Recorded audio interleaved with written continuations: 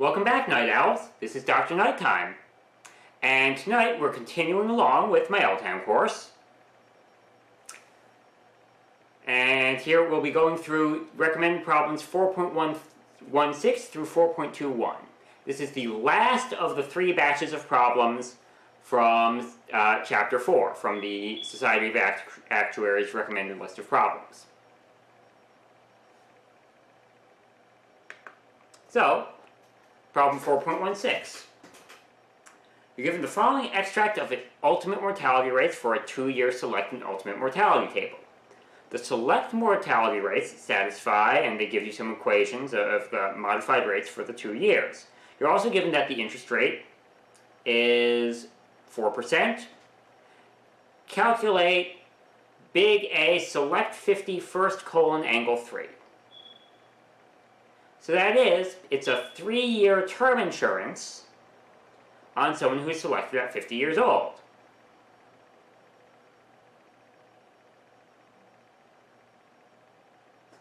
And so you just need to look at the probabilities of dying over those 3 years. And you do it 1 year at a time. Pretty clearly, probability of dying in the first year is 70% of the printed rate. To die in the second year, you need to survive the first year, so 1 minus this times 80% of this printed rate, and then 2-year survival times this printed survival for the third year. And of course, each one divided by the appropriate number of years of interest. So that's the mindset, is, all right, I can do this 1 year at a time, it's only 3 years, the 5 minutes per question that you're supposed to be budgeted is plenty of time for that.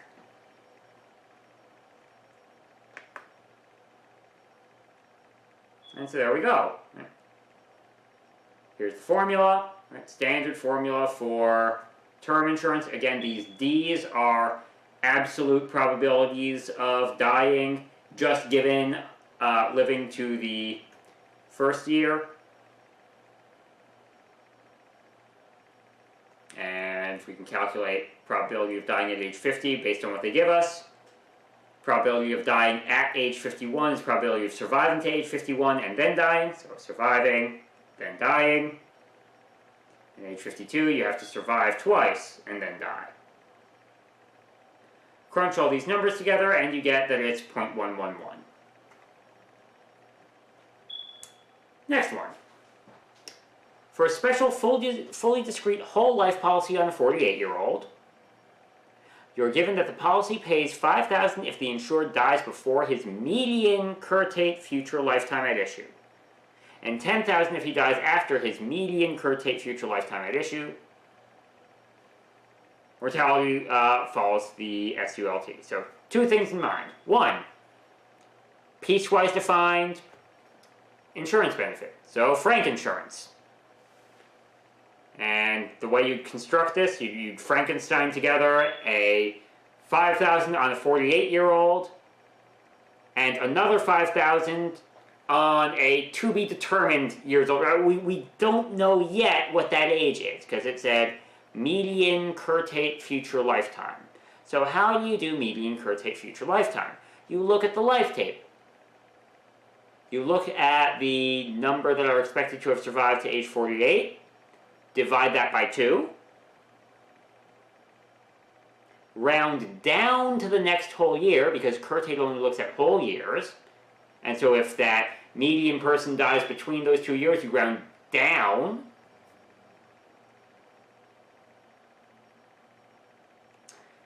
and that gets you the age at which the second $5,000 kicks in. So first you have to find the median curtate. Right? Table tells us that L48 is 98,783.9. You need the largest x such that L of x is greater than 49,391. X is 88, right? You look in the table and you say, okay, at 88 you have more than 50% surviving, 89 you have fewer than 50% surviving. And to get the actual actuarial present value, so Frank insurance, $5,000 for the whole life, Another 5,000 delayed 40 years for an 88-year-old. And there are two ways of getting this 40E48. You could do what I did here and say L88 over L48. I guess I probably formatted this badly. I should have the 5,000 out front. I mean, it's algebraically correct, but probably should have not had this in the numerator and just had it out front. My apologies for the bad formatting. L88 over L48 times 1.05 to the negative 40. You could do it directly, or you could just look up in the table E2048 and E2068 and multiply them by each other. Either one works. And just crunch all this together and you get an answer. So again, regular frank insurance, and you needed to find the median curtate future lifetime by just saying, alright, here are the number of people I started with, how far down do I need to go for half of them to die, and you round down. I'm elevating my hand when I say the word down, but as you know in the table, the higher ages are actually lower down on the table based on how it's laid out vertically. So you round to the youngest year, right, to the next youngest year. Anyway. 418. You're given that that capital T, the time to first failure of an industrial robot, has a density f of t given by, and they give you this piecewise function with f of t undetermined for t greater than 10. You don't care what happens afterward. Consider a supplemental warranty on this robot which pays $100,000 at the time t of its first failure if t is between 2 and 10 with no benefits payable otherwise. Calculate you're given force of interest is 5%. Calculate the 90th percentile of the present value of future benefits under this warranty. In other words, you want to find the 10% worst case scenario from the insurance company's perspective, right? What's the 10% chance where you'd have to pay out the most? And look at that. So you'll note, if failure happens in the first 2 years, then there's no payment, right? Because the policy is only valid within years 2 to 10. I'm guessing it says supplemental warranty. My guess is that the original warranty was 2 years. The supplemental only kicks in later. And they have to figure out how to price the add-on.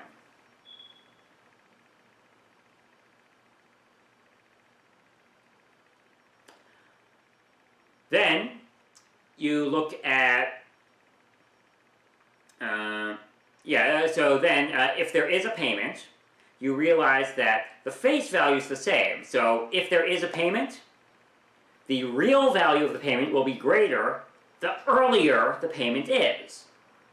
So the payment can't be made earlier than 2 years because it's supplemental. Right? So you have to say, all right, between 2 years and however long I need to wait, how far out do I need to go for that to be a 10% chance of the robot failing in that period of time? Yeah. And so again, that's what we asked, right? Pays nothing if t of x is less than 2, pays nothing if t of x is greater than 10. If the payment is made in between there, the payment is worth more if t of x is lower. So that gets us the equation, integral from 2 to x of 0.4 t to the negative 2 dt, right, because that's the probability density over that region. This integral has to be 0.1. Crunch our numbers, we get x must be 4. Present value, right, so 90th percentile worst case present value is the $100,000 payout times e to the negative 0.05 times 4, because that's how interest works, right? Force of interest is 5%, and we get 81,873. So again, you have to think, when is there a payout and when isn't there a payout, and if it's asking for 90th percentile, if there's a payout, under what conditions will will the payout be the most? Because you're looking for that 10% worst case.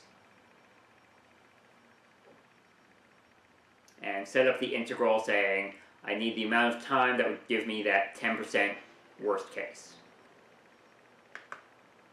Alright. 419. Ming, age 80, purchases a whole life insurance policy of $100,000. You're given that the policy is priced with a select period of 1 year. The select mortality rate equals 80% of the mortality rate from the standard ultimate life table. Ultimate mortality follows the standard ultimate life table, and I is 0.05. Calculate the actuarial present value of the death benefits for this insurance. Okay. So we just need to do a 1 year recursion.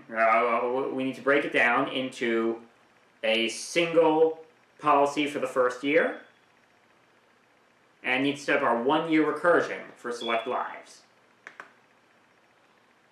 And that's what we do. Big A selected at 80 equals Q selected at 80 over 1.05 plus E selected at 80 for 1 year, right? 1 E selected at 80 times A81. Q selected at 80 is 0.8 times the printed value. E selected at 81, notice you need to take the calculated death probability, not the printed death probability, because it's a select life. So calculated, divided by 1.05, because 1 year of discount. That gets you the endowment figure.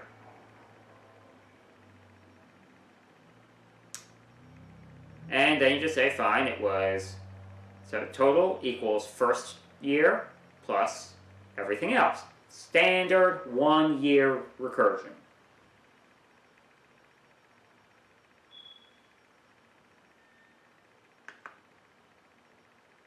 Next, for a 25-year pure endowment of 1 on an X-year-old,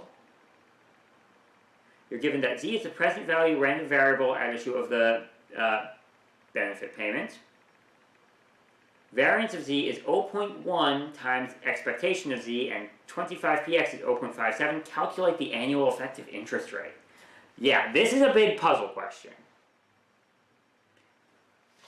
So,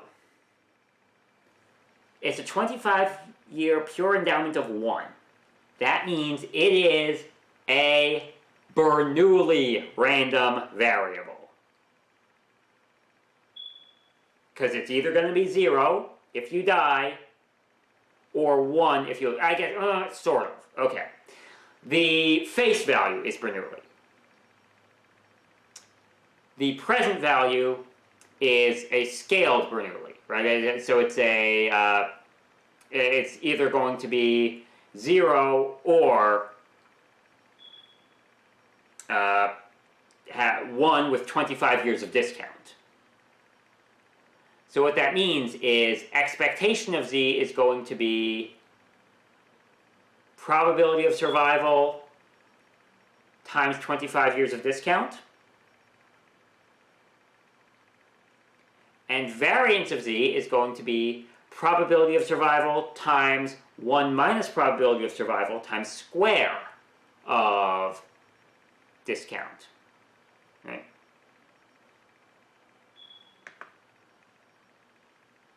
And that's what we get. Right? Variance is 25px times 25qx times 1 plus I to the negative 50. Notice it's negative 50, not negative 25, because when you scale a variable by some amount, the variance scales by the square of that amount. Sorry if you noticed that typo from before, or not so much a typo, but just horrendous formatting. Going through this again. We have the variance formula. We have expectation of Z is 0.57 times 1 plus I to the negative 25, right? 25 years of discount. And then, if we take variance of Z divided by expectation of Z, we just divide these two. We know we're supposed to get 0.1 because the problem told us this. we get 0.43 divided by 1 plus I to the 25. Do some algebra, we get I is 0.06, right? Multiply both sides by 1 plus I to the 25, multiply by 10 to get rid of the 0.1, take the 25th root, and subtract 1. And lastly, 4.21. For a 30-year term life insurance of $100,000 on a 45-year-old, you're given the death benefit is payable at the moment of death. Mortality follows the standard ultimate life table. They give you force of interest, and that deaths are uniformly distributed over each year of age. Notice, delta equals 0.5 is not the same as I equals 0.05. So you can't use that many of the tables. You can't use any of the finance stuff from the tables directly. You can use the mortality figures. This is also asking 95th percentile of present value of benefits.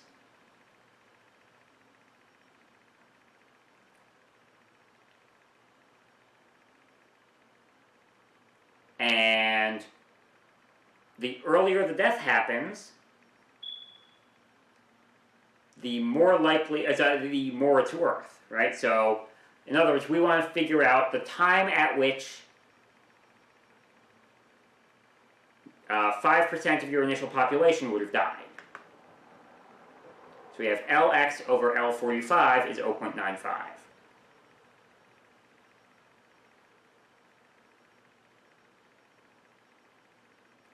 We get that x is somewhere between 65 and 66 just by looking at the table. We do linear interpolation. We can do linear interpolation because uniform distribution of deaths. We get x equals 65.89. That's 20.89 years in the future.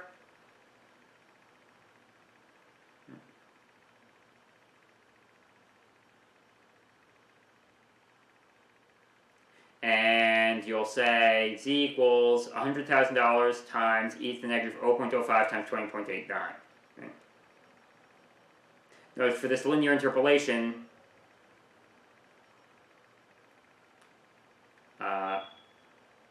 this is exact, so this is number of survivors to age 65 minus number of survivors to get 95% over survivors to 65 minus survivors to 66. That'll get you the fraction of the way you are, that'll get you the 0.89 portion of 65.89, right? And you'll realize if this number here were really, really close to this, you get that you'd be just barely older than 65. If it were really close to this, you get you're just barely younger than 66. Alright. So that concludes the solution presentation for the problems from Chapter 4. As always, if you like the way I explain things and want to arrange private lessons, click the link in the description below. And until next time, this is Dr. Nighttime wishing you a good night.